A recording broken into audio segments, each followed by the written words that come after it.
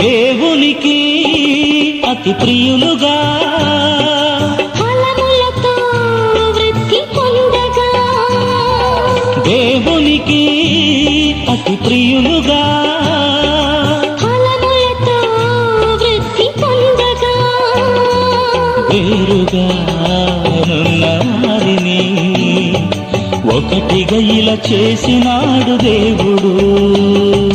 వేరుగా నున్న వారిని ఒకటిగా ఇలా చేసినాడు దేవుడు.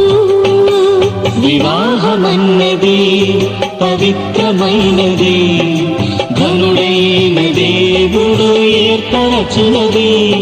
వివాహమన్నది పవిత్రమైనది, ఘనుడైన దేవుడు ఏర్పరచునది.